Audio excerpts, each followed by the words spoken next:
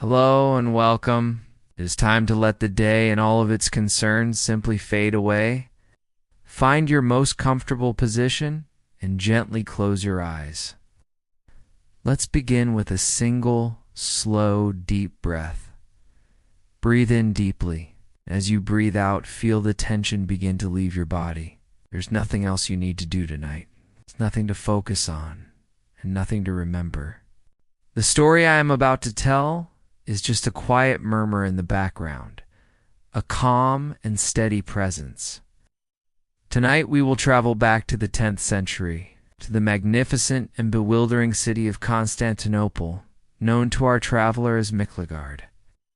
The great city to hear the story of a day in the life of a Viking trader. So just relax and allow the sound of my voice to accompany you as you drift towards a deep and peaceful sleep. Our story begins in the year of the Christian Lord 957, in the final hours of the night. You are not in your own longhouse, surrounded by the familiar, earthy smell of wood smoke and damp wool. Your name is Bjorn, and you are a trader from the land of the Russ, a Northman far, far from home. It is not the crowing of a rooster that wakes you. It is a sound that is both alien and inescapable, a sound that has become the rhythm of your days in this strange land. It is the sound of bells. More melodic peals from a dozen other chapels and monasteries scattered across the city's 7 hills. It is a complex, layered, and deeply foreign sound, a Christian call to prayer that is as far from the silent worship of Odin in the forests of the north as it is possible to be. You lie for a moment on your simple rope bed, listening. The air that drifts through the unglazed barred window is not the crisp, cold air of your homeland, and it is a thick, humid, and heavy air. Sharp aroma of strange spices, of baking bread, and the ever-present thin haze of charcoal smoke from a million cooking fires. You rise. Your room is simple, its walls of whitewashed stone, its floor of packed earth. It is functional, secure, but it is not a home.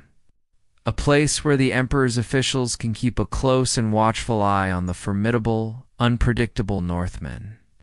You wash your face and beard from a simple earthenware basin, the water cool but not icy. You dress not in the furs and heavy wool you would wear at home, but in a more practical, lighter linen tunic. It is a part of you, a tool and a weapon you would no sooner leave behind than your own right hand.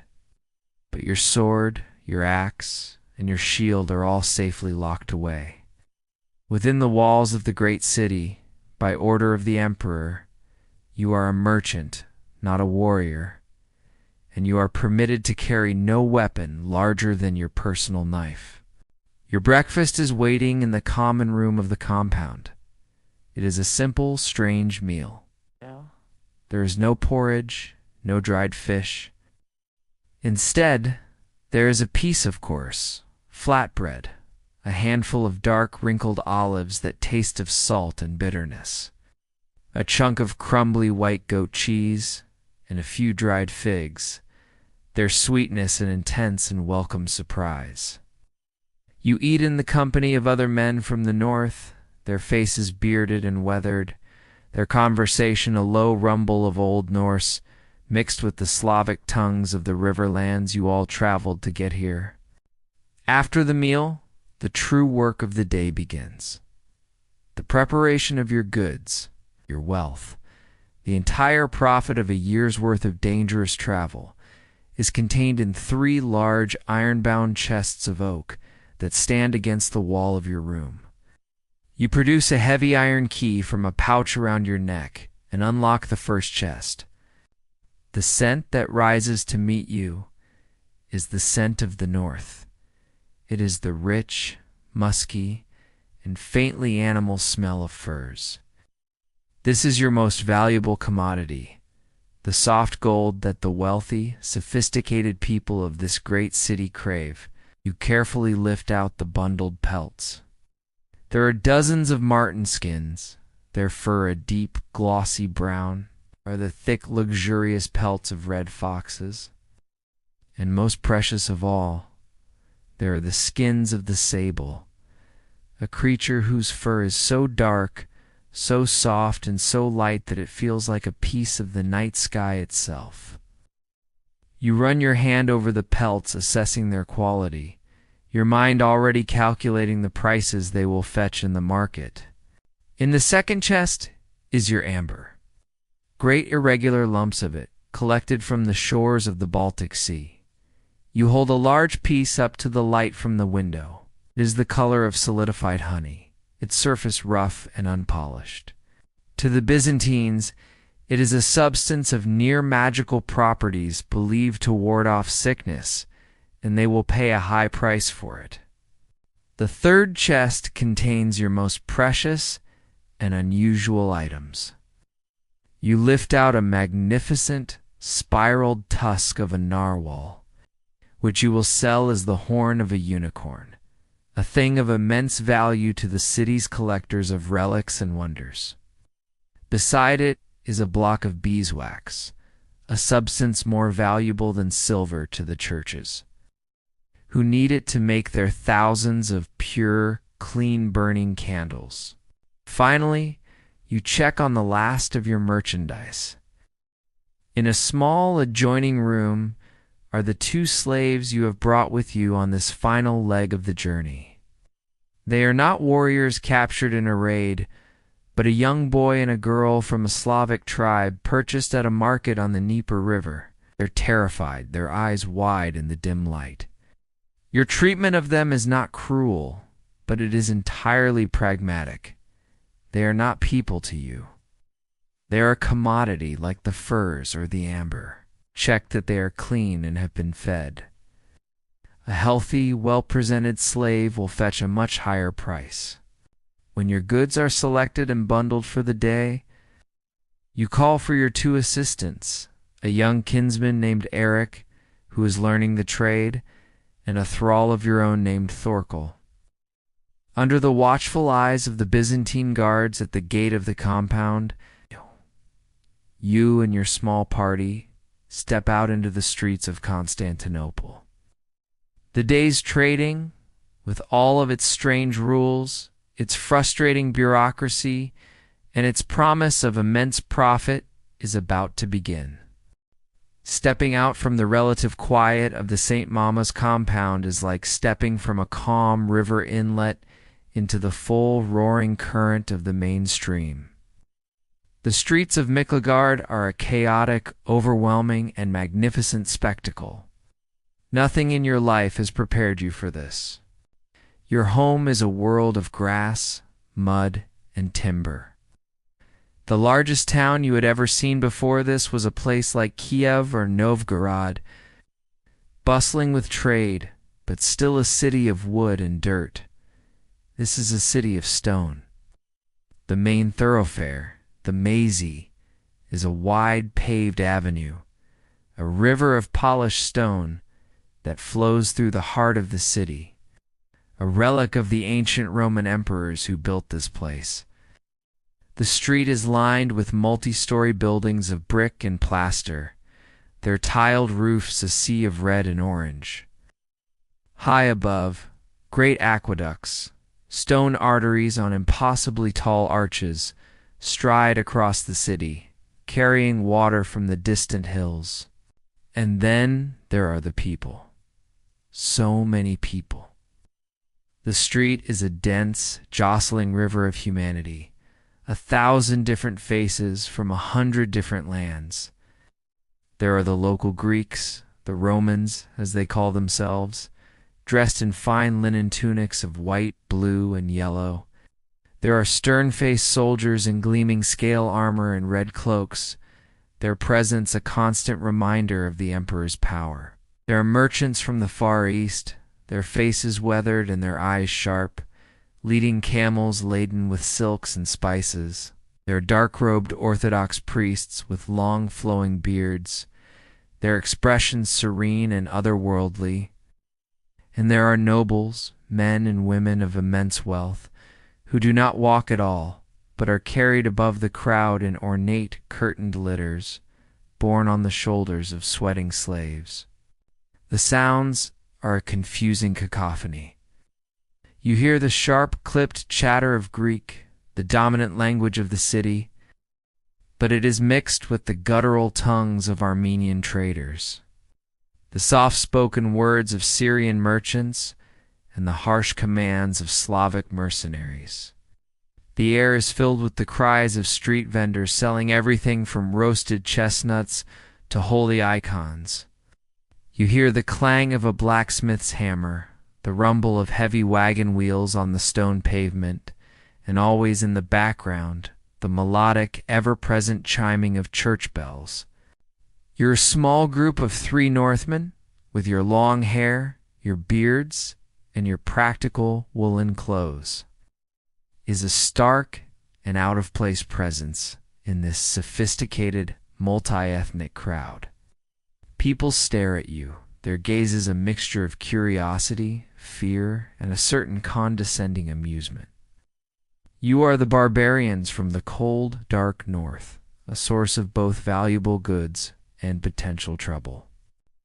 As you make your way towards the commercial heart of the city, you pass by sights of such scale and magnificence that they seem to be the work of gods, not men. You pass the great open expanse of the hippodrome, the colossal stadium where the chariot races are held. Even empty, it is an awe-inspiring sight, its central spine decorated with towering ancient obelisks brought from Egypt, and magnificent bronze statues plundered from the far corners of the world. And then you see it. Rising above the rooftops of the city, so vast it seems to hold up the sky itself, is the great church of the Hagia Sophia. You stop in the middle of the crowded street, your head tilted back, your mouth slightly agape. You have heard stories of this building, but the stories did not do it justice. It is not a building, it is a man-made mountain. Its central feature is a dome of such immense size and impossible grace that it does not seem to be resting on the building at all, but to be suspended from heaven by a golden chain. It seems to defy all logic, all principles of construction you have ever known. It is the single most impressive thing you have ever seen in your life, a statement of power and faith so profound that it momentarily shakes your own belief in the might of Odin and Thor. Your reverie is broken by a sharp nudge from Eric, your young kinsman, who reminds you of your purpose. You are not here as a sightseer, you are here to do business. You continue your walk, leaving the grand avenues and entering a maze of narrower, more crowded commercial streets. Here the air is even thicker with smells, the sharp, sweet scent of cinnamon and cloves from a spice merchant's stall, the pungent aroma of garlic and grilling fish from a cook shop, the leathery smell of a sandal maker's workshop, and the less pleasant but ever-present smell of the city's drains. Finally, you arrive at your destination. It is a large, walled courtyard, the entrance of which is guarded by a squad of imperial soldiers. This is the designated market for foreign traders, a place where all transactions can be closely monitored and, more importantly, taxed by the emperor's officials. You take a deep breath, shifting the heavy bundle of furs on your shoulder. The journey through the magnificent, bewildering city is over. Now, the real work, the slow, frustrating, and potentially profitable business of turning your northern furs into southern silver is about to begin. You and your small party are halted at the gate to the market by the imperial guards. This is not a place one simply enters. It is the economic heart of the empire, and it is controlled with a level of bureaucratic precision that is both impressive and deeply frustrating to you.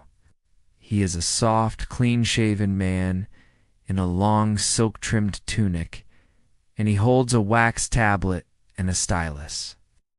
He looks at you not as a warrior to be feared, but as a consignment of goods to be processed. Through a weary-sounding interpreter, he begins the formal inspection. This is a ritual you have come to know and despise. In your world, a man's word and the quality of his goods are what matter. Here, everything is subject to a slow, methodical, and suspicious scrutiny. Your heavy bundle of furs is unrolled onto a stone table. The official, his nose wrinkling slightly at the musky animal scent, inspects each pelt. He runs his soft hands through the fur, checking its quality, its thickness. Another man, a scribe, meticulously counts every single skin 42 marten pelts, 20 fox, 10 sable-land, records the numbers in a great leather-bound ledger. Next comes your amber. It is poured out onto the table and weighed piece by piece on a delicate bronze scale, a device of a precision you have never seen in the north. The scribe records the exact weight. Your magnificent narwhal tusk is measured, its length and girth noted down. Every single item you intend to sell must be declared, catalogued, and valued by the emperor's men. During this long, tedious process, you are reminded of the strict and numerous rules that govern your presence here. You and your fellow rust traders are forbidden from living permanently within the city walls. You must return to your compound at St. Mama's each night. You are only allowed to enter the city through a specific gate and always under guard. You must not carry your battle axe or your sword. You are strictly forbidden from purchasing the most valuable of the imperial silks, especially those dyed with a deep, lustrous Tyrian purple, a color reserved for the emperor himself. To be caught with such an item would mean a swift and severe punishment. The rules are a constant, chafing reminder of your status. You are valued for the wealth you bring, but you are also viewed as a dangerous, uncivilized force that must be carefully managed and contained. Finally, after what feels like an eternity of inspection and accounting, the official makes a final calculation on his wax tablet. He declares the total value of your goods, and from it he levies the standard 10% tax, the commercan. You watch as one of your 10 precious sable pelts is set aside as payment to the imperial treasury. There is no haggling, no argument. It is the price of doing business in the great city. Only now are you permitted to enter the market proper. You step through the gate and into a world of unimaginable wealth. It is a covered bazaar, a labyrinth of stalls and laneways, the air thick with 100 new smells. You see stalls overflowing with spices you can only identify by their powerful, exotic aromas, the sweet, woody scent of cinnamon, the sharp, medicinal smell of cloves, the delicate perfume of saffron. You walk past a merchant whose entire stall is dedicated to glassware. He has delicate bottles, cups, and bowls of a clarity and color that seem magical. Goods brought by caravan all the way from the workshops of Syria. Another stall is filled with fine painted ceramics, their surfaces covered with intricate designs of birds, flowers, and saints. But your destination is the silk market. This is the most valuable and sought-after product of the city, the cloth that is worth more than its weight in gold. You find the section of the market dedicated to it, and you stop and stare. You have never seen such a profusion of color and texture. Bolts of silk are stacked from the floor to the ceiling of the stalls, their surfaces shimmering in the light that filters down from high windows. There is silk the color of the summer sky, of the setting sun, of the deepest forest green. Some are embroidered with golden thread in the shape of lions and griffins. Others are so fine and light they seem to be woven from pure air. It is here that you see a familiar, reassuring sight. Two massive, blond, and bearded men are standing before one of the stalls, examining a piece of cloth. They are not dressed as traders. They wear the fine statue-tissued uniforms and the symbols of the emperor's elite bodyguard. They are Varangians, your own countrymen, mercenaries in the service of the emperor. One of them catches your eye, and you exchange a brief, almost imperceptible nod and a gruff greeting in your shared native tongue. "Well, and dag," he rumbles. It is a small, simple moment, but it is a powerful reminder that you are not entirely alone in this vast, bewildering city. You approach a stall owned by a portly, well-dressed Greek merchant. Now the next slow dance must begin. You cannot simply ask a price. That is not the way of this place. Through your interpreter, you exchange formal, polite greetings with the merchant. He offers you a small cup of a sweet, honeyed wine. You sit with him on a low stool, and you speak of the weather, of the long journey you have undertaken. It is a slow, circular, and deeply frustrating process for a man like you who is used to direct and honest bargaining. The initial awe you felt at the city's grandeur has now settled into the specific and complex challenge of navigating its commercial heart. You have passed the guards, you have paid your taxes, and you have entered the golden maze. You take a slow sip of the sweet wine, your eyes fixed on a bolt of deep blue silk, and you prepare your mind for the long, patient, and subtle war of haggling that is to come. It is the beginning of a long and intricate dance, the Byzantine way of doing business, and it is a dance you must learn if you are to profit from this journey. You sit on the low stool in the merchant's stall, surrounded by the shimmering, colorful wealth of the East, and you wait. Instead, he speaks of the silk itself. Through your interpreter, a wiry Greek named Alexios, who speaks a passable version of your own tongue, Cosmas begins a long and meandering monologue. He speaks of the bolt of deep blue silk you have been admiring, tells you of the caravan that brought it from the distant lands of the seers, a journey of 1,000 miles. He speaks of the rarity of the particular dye made from a special kind of indigo, and of the skill of the weavers in the imperial workshops. In return, you are expected to speak of your own goods. You praise your sable pelts, speak of the deep, cold forests of the Rus, where the winter is so harsh that the animals grow a fur of unmatched thickness and quality. You describe the skill of the hunters who trap them, and the long, perilous journey down the great rivers to bring them here. It is a slow, formal exchange of pedigrees, a way of establishing the value of your respective wares through story and allusion. You want to unroll your furs, name your price in silver, and have the man either accept it or make a counteroffer. But that is not how it is done here. Here, the deal is a delicate web, woven with threads of flattery, patience, and polite, indirect probing.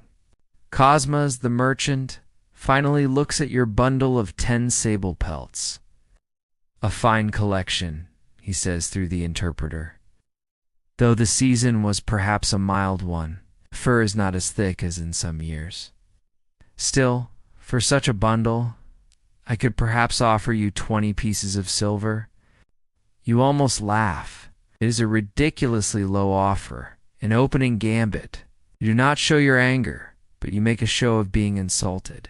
Shake your head, scoff, and begin to slowly, deliberately bundle your furs back up, as if preparing to leave.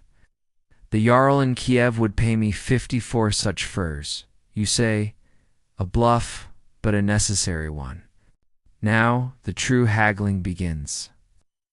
Cosmas raises his offer to 25. You lower your demand to 45. He unrolls the furs again and begins a meticulous second inspection, this time searching for flaws. He points to a tiny patch on one pelt where the fur is slightly thinner.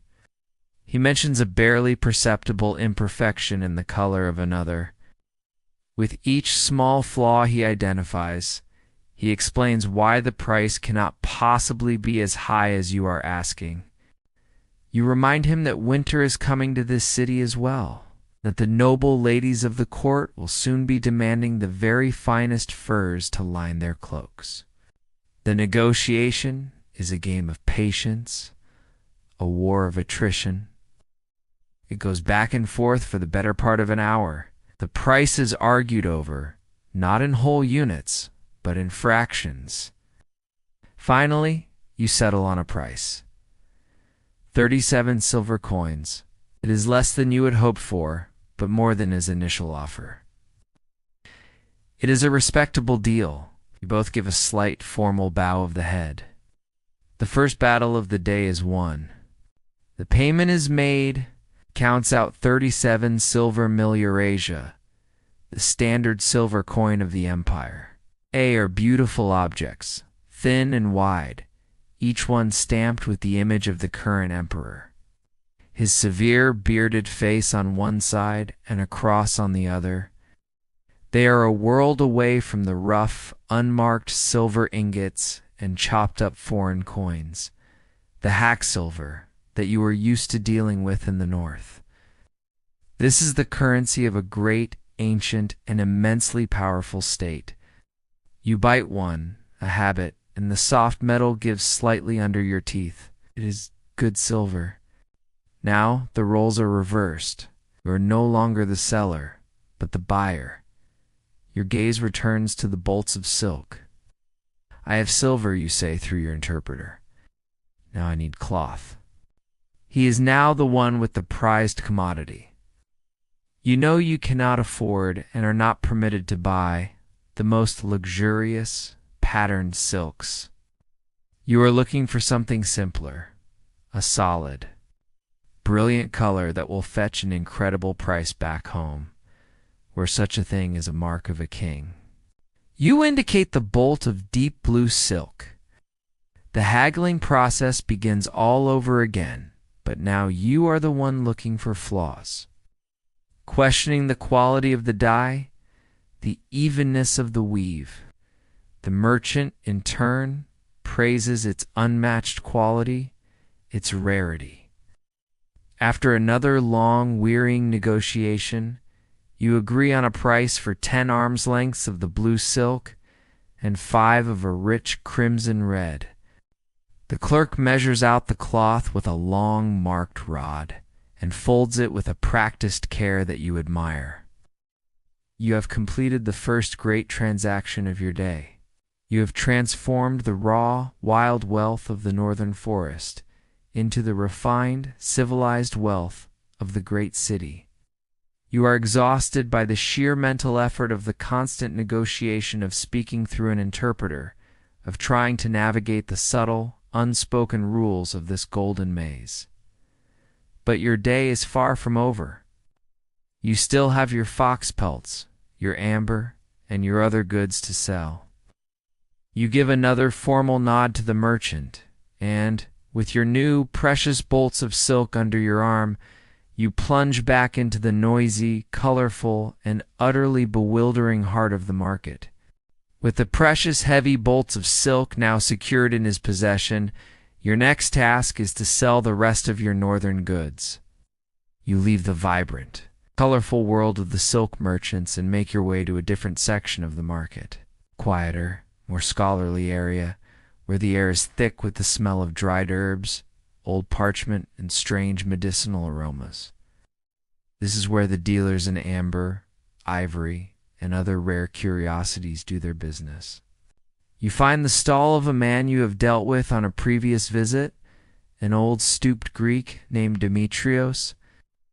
His stall is a miniature museum of the strange and the wonderful. You see jars filled with dried seahorses, strings of luminous pearls from the Persian Gulf, and beautifully illuminated Christian manuscripts. Is a man who deals not in bulk commodities, but in unique and precious objects. You greet him, and the slow, familiar dance of negotiation begins again. You unroll a leather pouch and pour your amber onto his table. The rich, golden, and reddish stones seem to drink in the light. Demetrios does not just look at them. He picks them up, one by one, feeling their warmth, rubbing them between his fingers to release their faint, ancient, pine-like scent. The value of amber here is not just in its beauty. It is considered a powerful medicine and a potent charm. The old merchant speaks of how the physicians of the city grind it into a powder to treat ailments of the throat, and how the monks in the great monastery string the smaller pieces into prayer beads. Your negotiation is not about the total weight of the amber, but about the quality of the individual pieces. Demetrios sets aside the smaller, cloudier lumps, offering a standard price for them, but his eyes are drawn to one magnificent piece. It is a large, perfectly clear nodule of dark, honey-colored amber, entrapped within it. In a state of perfect preservation is a large, prehistoric fly, its delicate wings and legs visible in minute detail. This piece is a treasure. Haggling over this single stone lasts for nearly half an hour. It is a quiet, respectful, but intense battle of wits. You speak of the incredible rarity of such a find, a perfect piece of the ancient world, frozen in time. He speaks of the limited number of buyers in the city with the wealth to afford such a curiosity. Finally, a price is agreed upon, a price that is for this one stone more than you received for all your marten pelts combined. The silver coins are counted out, and your purse grows heavier still. Now, it is time to present your most unusual item. With a sense of theater, you unwrap the long oilcloth bundle containing the narwhal tusk. You lay the magnificent 6-foot-long spiraled ivory horn on his counter. Demetrius's eyes widen. He has seen such things before, but they are incredibly rare. He knows what it is. A tusk from a great sea beast of the Arctic Ocean. But he also knows what his wealthy, superstitious clients will believe it to be: the horn of a unicorn. The negotiation that follows is a masterpiece of unspoken understanding. You never use the word unicorn. You speak only of its origin, from the ice-wreathed sea at the very top of the world, a place of magical light and strange creatures. He, in turn, never asks about the whale it came from, speaks only of the horn's legendary purifying properties, its ability to neutralize poison, quality that makes it immensely valuable to the paranoid and powerful nobles of the imperial court. The price you finally settle upon is astronomical. It is enough to buy a small farm back in your homeland. Your final piece of business is the most grim and the most profitable. You must sell the 2 slaves you brought with you. You leave the quiet market of Demetrios and make your way, with your interpreter and your human merchandise in tow, to a separate, somber courtyard where the trade in human beings is conducted. The buyers here are not merchants, but the stewards of wealthy households and officials from the imperial palace.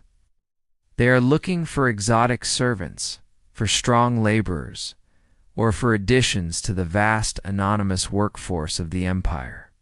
The process is swift, professional, and utterly dehumanizing. Your 2 slaves, the young Slavic boy and girl, are made to stand on a low wooden platform. A potential buyer, the steward of a great senator's household, inspects them as he would inspect a horse. He looks at their teeth to gauge their age and health. He feels the muscles in their arms and legs to test their strength. He asks them, through your interpreter, a few simple questions to ensure they are compliant and understand commands. You stand by, your face a mask of professional detachment. This is the trade. This is how great fortunes are made. The price is haggled. A sum is agreed upon, and the silver is paid.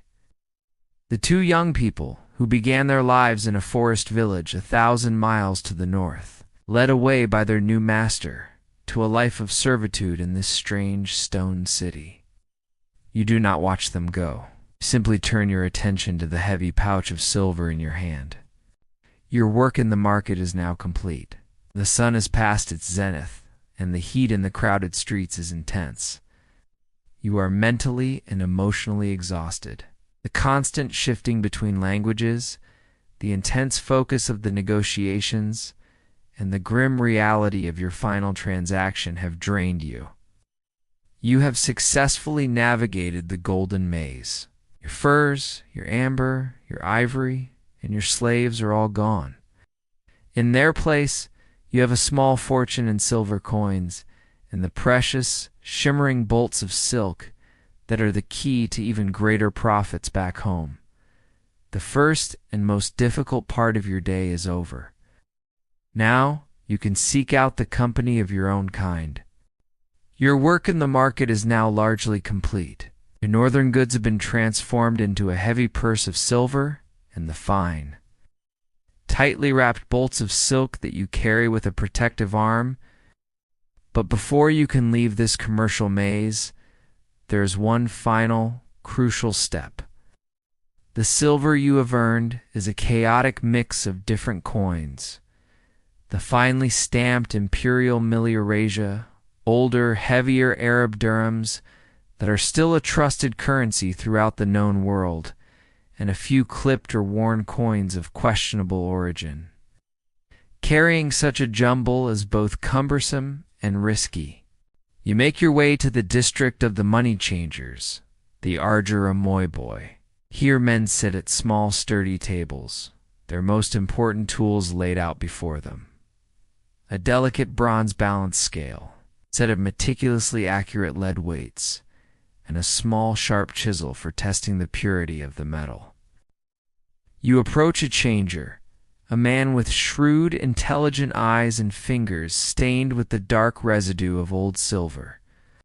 The process is, like everything else in this city, a slow and formal ritual. You do not dump your coins onto his table. You state your business, and he invites you to sit. He is not just a merchant. He is a financial expert, a respected and necessary cog in the city's great economic machine. You pour out your coins, and he begins his work. With a practiced, almost silent efficiency, he separates the different types of coins. He weighs each one on his delicate scale, his eyes squinting to ensure the balance is perfect. For any coin he does not recognize or trust, he makes a tiny, discreet mark with his chisel and examines the color and texture of the metal beneath. He keeps a running tally on a wax tablet, his stylus flying across the dark surface. He is calculating the exact weight and purity of all your silver, a complex piece of arithmetic that he performs with an ease that you find both baffling and impressive. After a long period of this silent, focused work, he states the total value of your holdings, and for a small, agreed-upon fee, he offers to exchange it. He scoops the chaotic pile of your hard-won coins into a drawer, and from another, he counts out your payment. It is in the form of sealed leather bags, each containing 100 identical, freshly minted imperial coins, their contents certified by the mark of the city's prefect. He also gives you a few larger, heavier bars of pure stamped silver. Your wealth is now consolidated, secure, and easily transportable. It feels solid, real, and safe. With your main business concluded and your profits secured, you allow yourself a single, small indulgence. You have spent the day trading in the raw materials of your world for the finished goods of this one. Now, you will buy something that has no practical value on a northern farm. Something that is purely a product of the sophistication of this great city. You lead your small party to the perfumer's street, a narrow laneway filled with an almost overwhelmingly beautiful scent of 1,000 different flowers, spices, and exotic woods.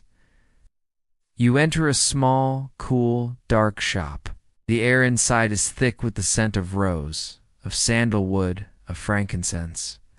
You purchase a small, intricately decorated glass bottle, no bigger than your thumb, filled with a sweet, heavy oil of jasmine. It is a gift for your wife, a scent so exotic and so unlike the simple, clean smells of pine, wool, and sea salt that define her world, that it will seem like a fragrance from another reality. It is a small, extravagant treasure, a personal trophy from your successful navigation of the Golden Maze. Finally, it is time to leave. You make your way back to the guarded gate through which you entered. Here, you must undergo one last inspection. The guards check the bundles of silk you are carrying, ensuring the patterns and colors are not those reserved for the imperial court. They check it against the scribe's ledger, confirming that you are leaving with the goods you have officially purchased. The process is, as always, slow and methodical. It is a final reminder that in this city you are never truly free, never truly unwatched. Once the officials are satisfied, the gate is opened, and you step out of the enclosed, high-stakes world of the market and back into the chaotic, vibrant river of the city streets. A wave of profound relief washes over you. The mental and emotional exhaustion of the long day of haggling, of constant vigilance, of speaking through an interpreter, finally settles upon you. You have entered the maze. You have wrestled with its strange and subtle rules, and you have emerged victorious, your profits secured, your goal accomplished. You pause for a moment on the crowded avenue, the noise of the city washing over you. You have successfully performed the ancient alchemy of the trader. You have transformed the raw, wild wealth of the cold north as skins of beasts, the fossilized resin of ancient trees, into the symbols of this great civilized empire. Neat, ordered stacks of silver coins and bolts of shimmering, impossibly soft silk. The day's commerce is done. The rest of the day, the few hours before you must return to your compound, is for you. You turn your back on the markets and head towards a different part of the city, a place where you might hear the familiar, comforting sound of your own language. The barracks of the Emperor's Varangian Guard. With your business and the markets concluded, you give your precious bundles of silk and your now much heavier purse of silver to your young kinsman Eric and your thrall Thorkel. You instruct them to return directly to the St. Mama's compound and to lock the goods away securely. Your own day, however, is not yet over. You have one last visit to make, a visit of camaraderie rather than commerce. You make your way through a different part of the city towards the towering walls of the great palace, the sacred heart of the Byzantine Empire. Near the palace complex, the architecture becomes even more grand and imposing. You pass by the barracks of the imperial legions, but your destination is a specific, well-known building. The barracks of the emperor's most elite and feared personal bodyguards, the Varangian Guard. The moment you step through the gates of their courtyard, the world changes. It is as if you have stepped through a magical portal that transports you instantly from the heart of the Greek-speaking Roman Empire back to the north. The oppressive, complex atmosphere of the city streets dissolves, replaced by something familiar, something that settles deep in your bones.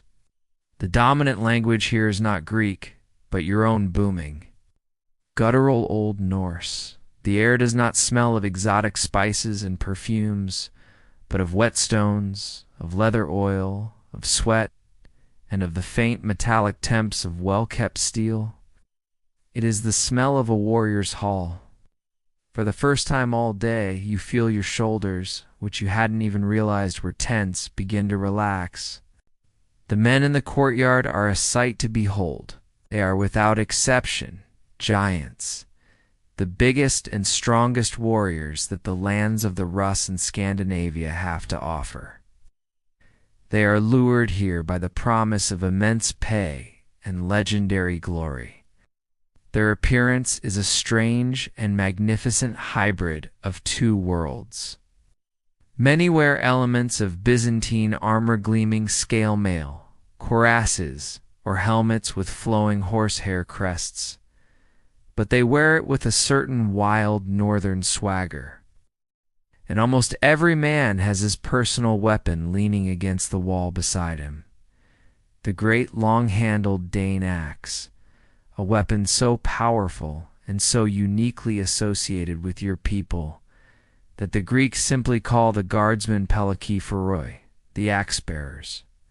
You see a man you know, a warrior named Harold, who you last saw 5 years ago in Kiev? He is even larger than you remember. His face scarred from some long-forgotten battle, his blonde hair and beard intricately braided. He sees you, and a great booming laugh erupts from his chest. Bjorn, you old fox, oars in Norse striding towards you. Have you come to trade your squirrel skins? Or have you finally decided to do a real man's work? The greeting is not a polite bow, but a hard, painful slap on the back that almost knocks the wind from you. It is the greeting of a kinsman, and you return it with a laugh of your own. Harold leads you to a bench in the courtyard, and a servant brings you a horn of strong, familiar-tasting ale. For the next hour, you exchange news. You are a valuable and welcome guest here, a direct link to the world they have left behind. You tell Harold of the new Jarl who has taken power in Novgorod, of the feud between two families back in his home fjord in Norway, of the price that furs are fetching in the markets of Priver. To these men, who live in a world of stone palaces and Greek politics, this news from home is more precious than gold. In return, Harold tells you of his life as a Varangian. It is a life of incredible privilege and incredible danger. He speaks of the pay. A salary of gold and silver so regular and so immense that it makes your own hard-won profits from trading seem like a pittance. He tells you of the donatives, the great bonus paid to the entire guard whenever a new emperor ascends to the throne.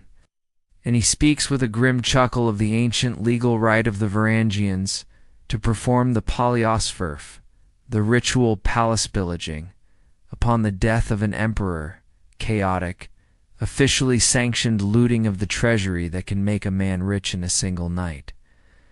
But he also speaks of the daily routine, the skipti, the endless cycle of guard duty. He describes standing for 8 hours straight, motionless as a statue, his great axe resting on his shoulder in the silent, mosaic-filled corridors of the great palace. He speaks of the suffocating boredom, the constant, low-level paranoia of court intrigue, trying to distinguish between a genuine threat and the shadow play of scheming eunuchs and ambitious nobles. He tells you of the ceremonies of standing in his finest uniform, a spectacle of barbarian might, as the emperor receives ambassadors from the far corners of the world. We are the pillars of his hall, Harold says, his voice a mixture of pride and cynicism. "Whoa, we are here to look impressive, and to kill anyone he tells us to kill. It is a simple life." Then his voice grows quieter, and he tells you a more unsettling story. He tells you of his duty a few years prior, guarding a deposed emperor who had been blinded and exiled to a remote monastery on an island. He describes the man once the most powerful in the world, now a shuffling, sightless figure, his empty eye sockets a terrifying testament to the brutal realities of Byzantine politics. "My job," Harold says, his voice a low whisper, "was to keep him alive, but also to make sure he never left. Was his jailer, used to be my master." You listen to his stories, and you are filled with a mixture of envy and a strange sort of pity. Harold and these men are far richer and more famous than you will ever be. They walk the halls of power, the personal protectors of the Emperor of the Romans, but they have traded their freedom for this wealth. They are sworn to a foreign master, their axes pledged to fight in wars they do not understand, to protect a ruler in a political game whose rules are a mystery to them. You are a free man. You come and go as you please. Your only master is the turning of the seasons and the flow of the rivers. Harold sees the look in your eyes. "It is a good life, Bjorn," he says, clapping you on the shoulder again. "But it is not a free one. Now stay. A feast is being prepared. It will not be as grand as the Jarl's, but the wine is better." You look around at the courtyard, this strange, violent, and magnificent little piece of your own world nestled in the heart of the great city, and you decide to stay. You accept Harold's invitation with a wide grin.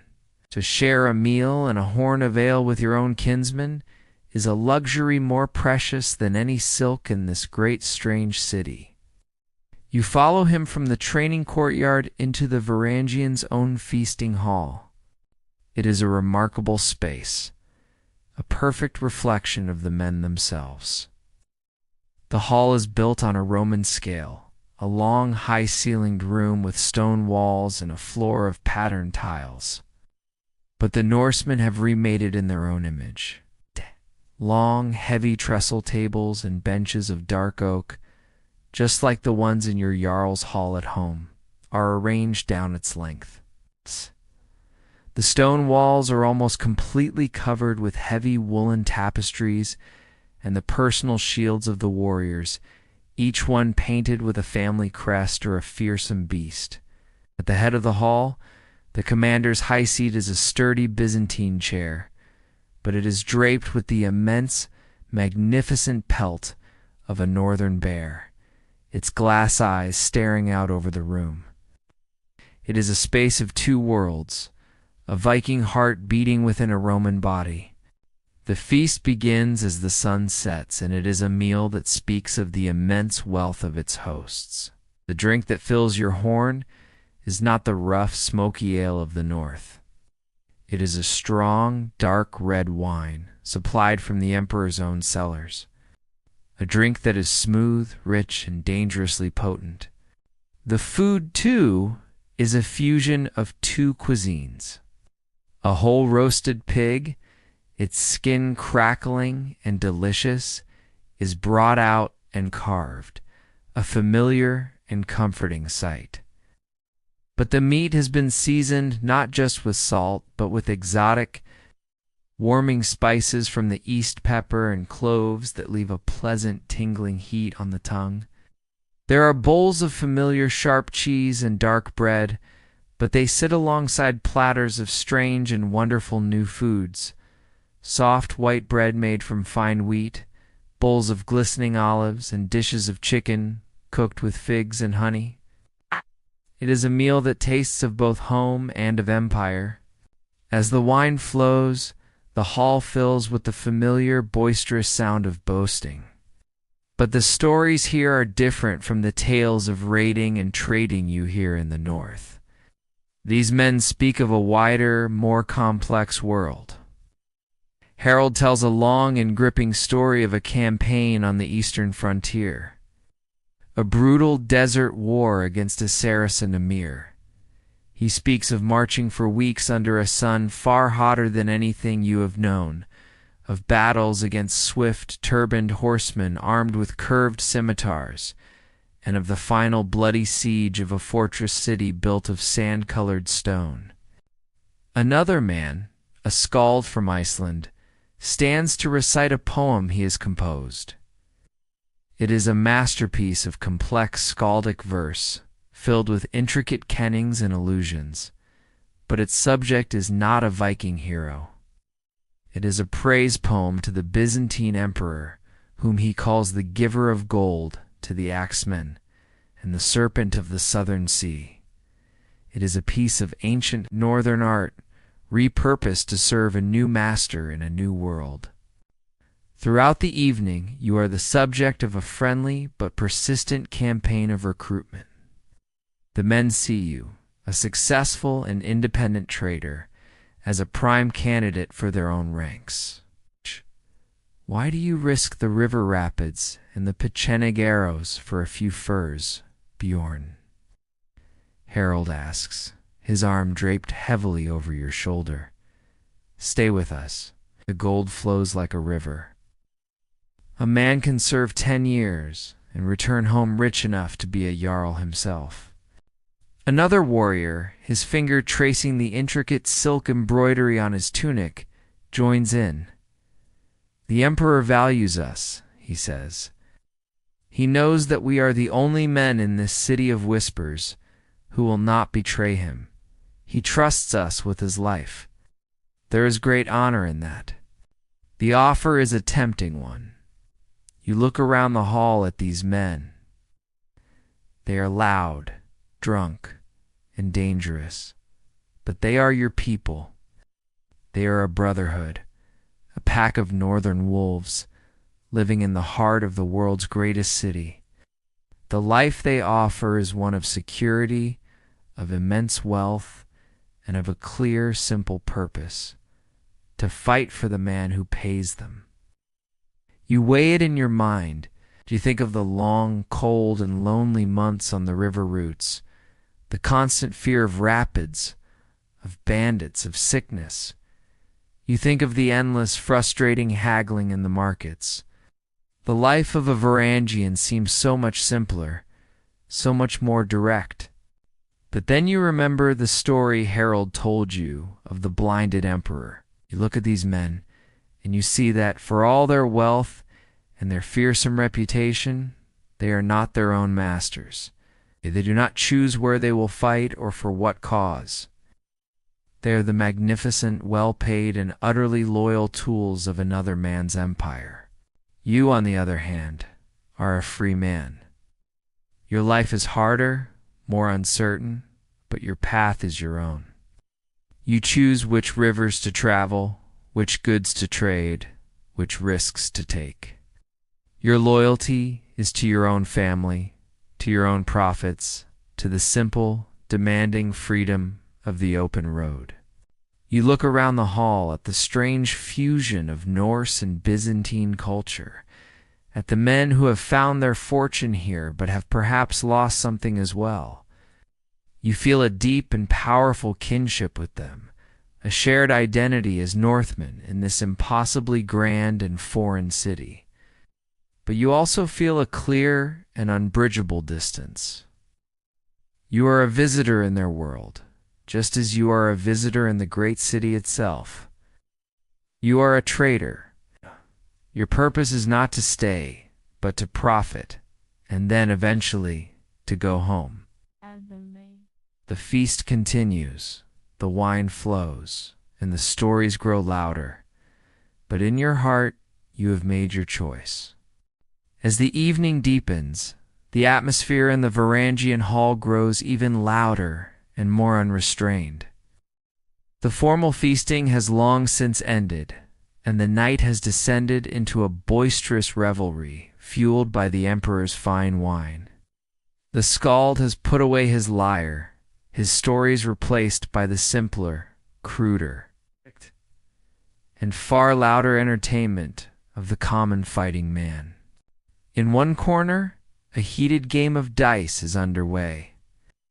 A circle of warriors is knelt on the floor, their faces intense in the flickering lamplight. A pile of silver and even a few gold coins heaped in the center of a cloak spread between them. They are gambling away a month's pay on the roll of carved bone dice. Their shouts of victory and groans of loss a constant rolling thunder. This is the other side of the immense wealth they earn. It is often spent as quickly and as recklessly as it is gained. In the center of the room, a group of younger warriors has started an impromptu chorus, their arms thrown over each other's shoulders.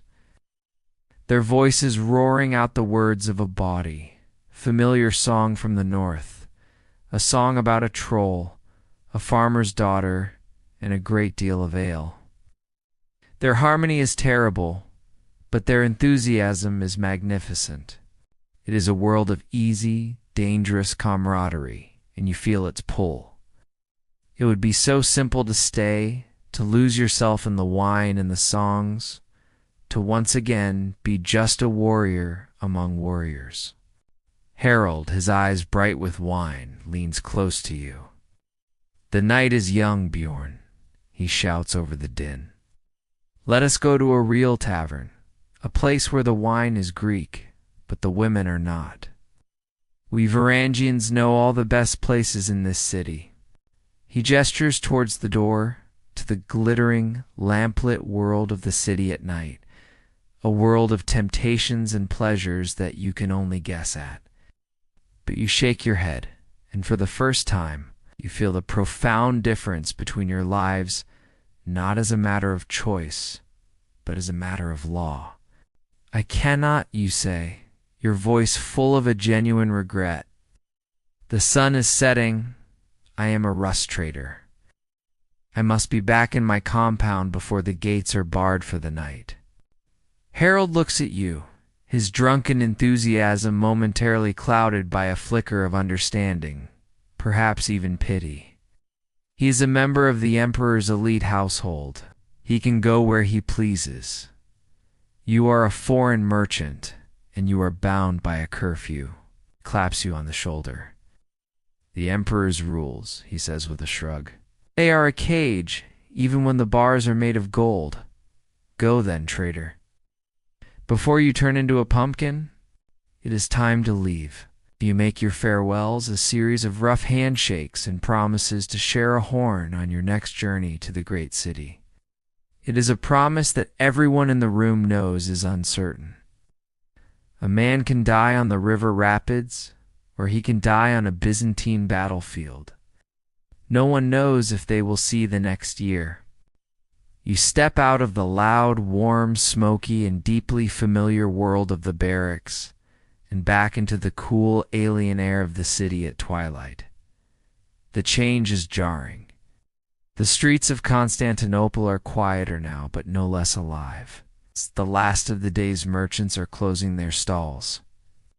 The sky above the tall stone buildings is a deep, bruised purple, and the first stars are beginning to appear. Lamps have been lit in the windows of the great houses, their yellow lights spilling out onto the paved streets. You begin the long walk back to the St. Mama's Quarter. Your mind is a quiet swirl of thoughts and impressions from the day. You think of the bewildering, magnificent scale of the city, of the Hagia Sophia's impossible dome. You think of the slow, frustrating, but ultimately profitable dance of negotiation in the markets. And you think of your kinsmen in the guard.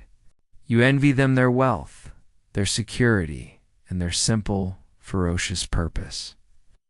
But as you walk through these strange and beautiful streets, a free man, beholden to no master but your own fortune, you feel a deep and quiet certainty in the path you have chosen. Your life is one of constant risk and uncertainty, but it is a life of movement, of seeing the world, of being your own man. The river is your home, not the barracks. You reach the gates of the St. Mama's compound. just as the last of the sun's light fades from the sky. The Byzantine guards at the gate, their faces impassive, make a mark in their ledger, noting your timely return. The heavy wooden gates are barred behind you, and you are once again inside your designated, controlled world. You have successfully navigated a full day in the great city. You have passed through its public spaces as a spectacle. You have operated in its markets as a shrewd professional, and you have socialized in its barracks as a kinsman. You have seen all the facets of the Norse experience in this great southern capital. The day is now almost done, and all that is left is to take your own foreign version of a feast, and to contemplate the long journey that still lies ahead. You return to your simple stone room in the St. Mama's compound. The heavy wooden gate of the quarter has been barred for the night, shutting out the great, glittering, and dangerous city and enclosing you in a small, familiar bubble of the north. The air here is filled with the low, rumbling sounds of your own language. As other rust traders share stories of their day in the markets, their voice is a comforting and familiar sound in the gathering darkness. Your young kinsman, Eric, has been waiting for you.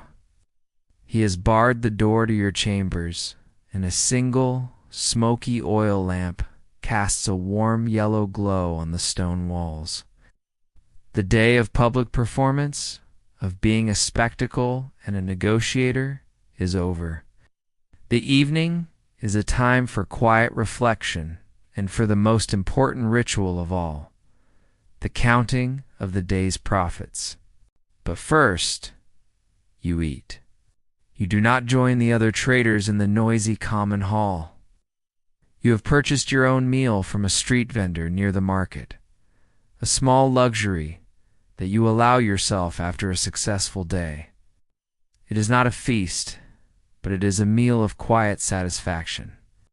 You unwrap a piece of grilled fish, its skin crispy and salted, its flesh white and flaky. It has been cooked with olive oil, a substance you have come to value, and a squeeze of a sour yellow fruit called a lemon, which gives it a clean, sharp taste. You eat it with a piece of soft white bread so different from the hard, dark rye of your homeland. You and Eric eat in a comfortable silence, too weary from the day's exertions for much conversation. It is not the boisterous communal meal of the Varangian barracks, nor the great formal feast of a Jarl's hall. It is a simple, private act of refueling. A quiet moment to yourselves in a world that has demanded your constant attention since sunrise. When the meal is finished, the true business of the evening begins. You unroll a heavy woolen cloth onto the floor, and with a deep sense of satisfaction, you pour out the contents of your heavy leather purses. The sound of the silver coins, hundreds of them, clattering onto the soft wool is the most beautiful music you have heard all day. In the flickering lamplight, the silver gleams with a soft, milky light. See the severe, bearded faces of the Byzantine emperors on the Miklagard and the strange, flowing script of the caliphs on the Arab dirhams. This is the language that the whole world understands. This is the reward for a year of hardship, for the dangers of the river rapids, for the constant threat of Pecheneg raiders, for the weeks of sickness, and for the frustrating, mentally exhausting dance of the markets. With a practiced hand, you begin to count, stacking the coins into neat piles of 10. It is a ritual you perform with the utmost concentration, a form of meditation in itself. You are not just counting money, you are counting your future. This pile will be used to buy a new piece of farmland adjoining your own. This one will form the dowry for your eldest daughter. This stack will be given as a gift to your Jarl upon your return, a tribute to ensure his continued favor and protection. And this last, largest pile, this is the capital you will use for your next great trading venture. Once the silver is counted and safely stored back in a locked chest, you turn to your other great prize. With a reverence that is almost tender, you carefully unroll the two bolts of Byzantine silk. Even in the dim light of the oil lamp, the fabric seems to possess a light of its own. You run your hand over the surface of the blue silk. It is so smooth and cool to the touch, it feels like running water. It is impossibly light, yet incredibly strong. You imagine your wife's face when she sees it, when she feels a material that is finer and more luxurious than anything worn by the queens of the north. The crimson silk is even more magnificent. Its color is deep and rich as blood. This bolt is not for your family. It is a treasure of political and social power. A gift of a few arms' lengths of this cloth to your Jarl will earn you more favor and status than any tale of your travels. In this simple, beautiful, and easily transportable object is the key to your entire future. You sit for a long time in the quiet of your room, the pile of silver beside you, the shimmering silk spread across your lap. You reflect on the day, on the two very different worlds you have navigated. The world of the Greeks, a world of unimaginable wealth, of ancient rules, of subtle words, and of a power that is expressed in stone, gold, and magnificent ceremony. And the world of your Varangian kinsmen, a world of brutal strength, of loud boasts, of simple loyalties, a small, violent piece of the north that has embedded itself like a shard of iron in the soft, complex heart of the empire. You realize, belong to neither. You are a man of the road, of the river, a creature of the spaces in between. You're a bridge, a carrier of goods and stories between these two worlds. And your profit is derived from your ability to understand both while belonging to neither. You are a trader. And it has been a very, very good day of trade. With your profits counted and your treasures admired, the final and most important task of the evening begins. Securing your wealth for the long and dangerous journey home, the riches of Miklagard are worthless if they are lost to the river rapids or to the bandits of the great steppes. The work is slow, quiet, and meticulous. You first take the precious bolts of silk. You wrap each one in a layer of heavy oiled canvas, a barrier against the insidious dampness of the river journey. You then place these bundles into a specially prepared wooden chest, its interior lined with tin. Next, you pack the silver. You do not simply leave it in the leather pouches. You distribute it, hiding it in several different places. Some is packed at the very bottom of the silk chest, hidden beneath the valuable cloth. The rest is placed in another, more mundane-looking chest, hidden beneath a false bottom, under a layer of simple, less valuable trade goods like iron tools and cooking pots. A wise trader never keeps all his wealth in one place. As you work, your mind is already leaving the great city. Traveling north along the great river route, the Northmen call the Osterweger. The east way, you have traveled this path many times, and you know its every danger, its every challenge. In your mind, you begin the journey. You think of the first leg, the journey by Byzantine coastal ship across the Black Sea, which your people call the Svartalhav. It is a sea known for its sudden violent storms that can appear with little warning, a challenge even for the most experienced sailors. Then comes the true ordeal, the journey up the great river, the Dnieper. The river is your highway, but it is a highway with many toll gates, manned not by men, but by the raw power of nature itself. You think of the 7 great rapids, the Forsar, that choke the river's path. Each has a name, a personality, a specific danger. You recall the churning, boiling water of Essipe, the do-not-sleep rapids where a moment of inattention can dash a boat against the rocks. You think of the most dangerous of all, Jalandri, the roaring rapids, a chaotic maze of sharp black stones that can tear the hull out of a vessel.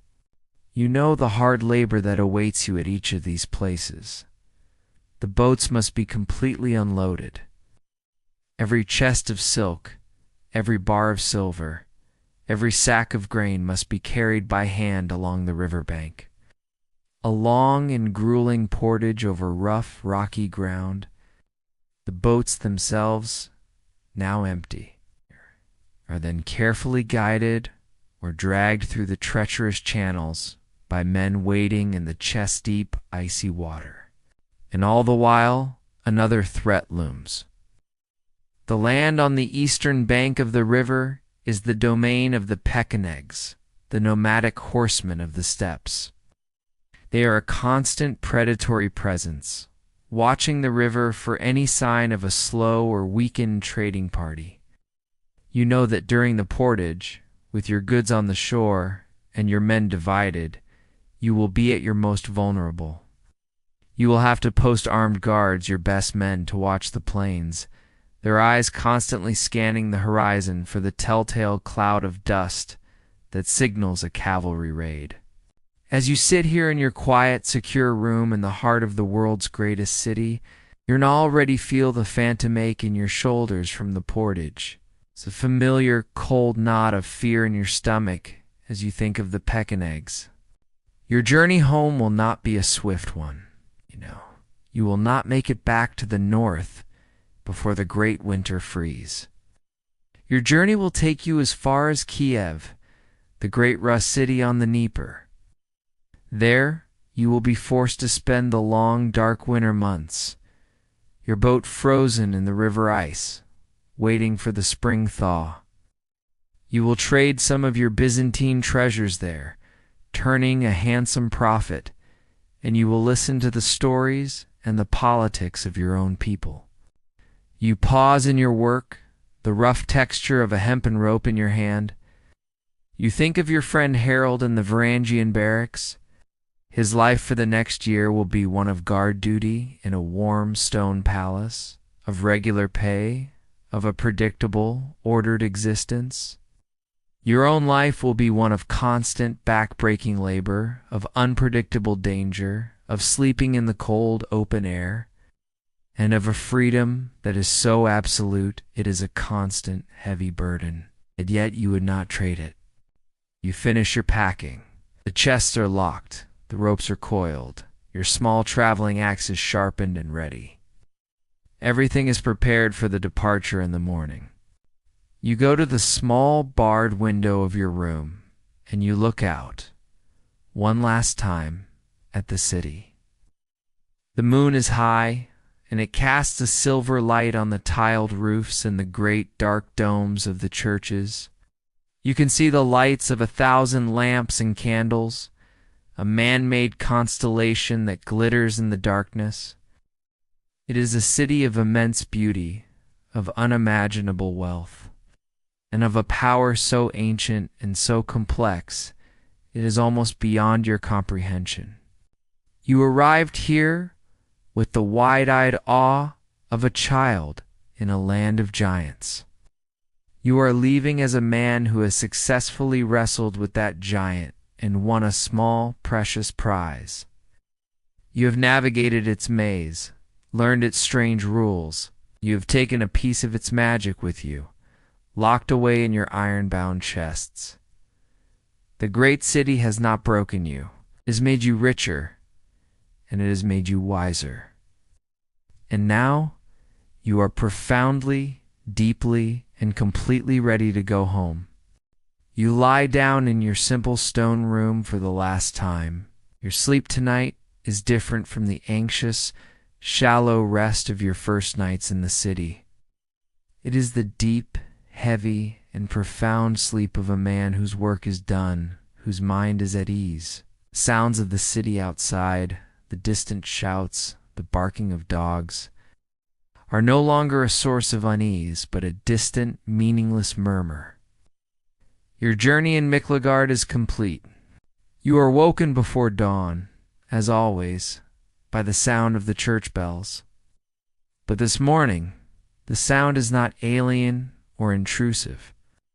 It is simply a signal, the final bell marking the end of your time in this land.